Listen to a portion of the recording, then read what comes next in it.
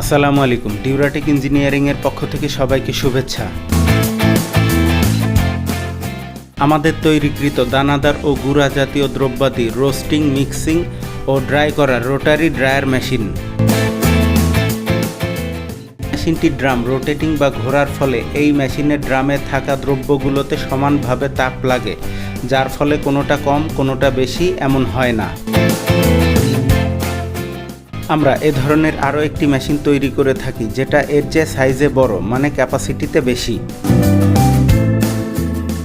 আমরা এই মেশিন সহ বেশ কয়েক ধরনের সরিষার তেল ভাঙানো তেঁতুল কাঠের ঘানি মেশিন ও অর্গানিক সিস্টেমে গুঁড়া মশলা ভাঙানো মেশিনও তৈরি করে থাকি।